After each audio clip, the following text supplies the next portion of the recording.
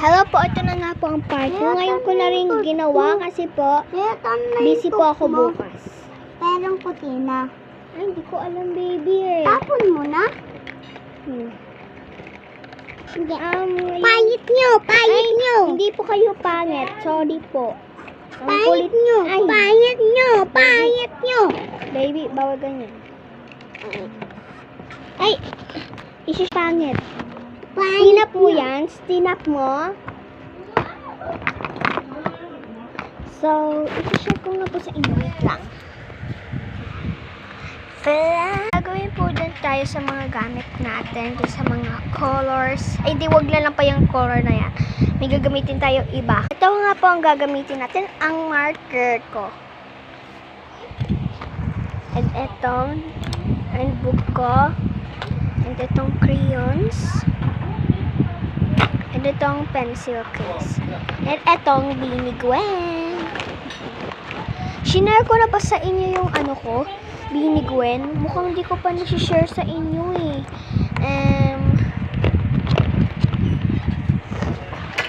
Bukas ko na lang isi-share.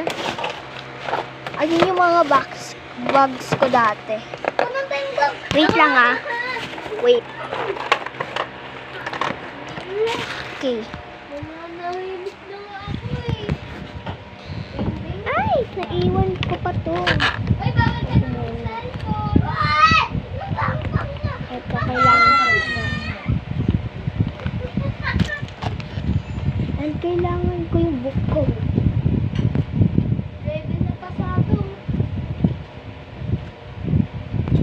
Ito po ang mga book ko na pinapag-drawingan ko. Tignan ko lang kung patapos.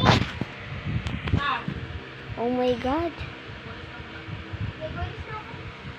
Wait lang guys ha.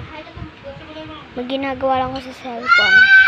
Ayun na po. Patapos na po tayo. May part 3 din po to. May part 3 rin. Kasi patapos na eh. Mag-drawing tayo. Dito. Sa papel. And sa book. Ay! Ang ano mo? Viewers ko to. Tatabi natin itong ibang gamit ko. Kasi di ko na magagamitin eh. Ayan. Hala. Okay, patapos na po kayo. Okay, bye-bye muna. Ang gulo po kasi dito eh. Ano ba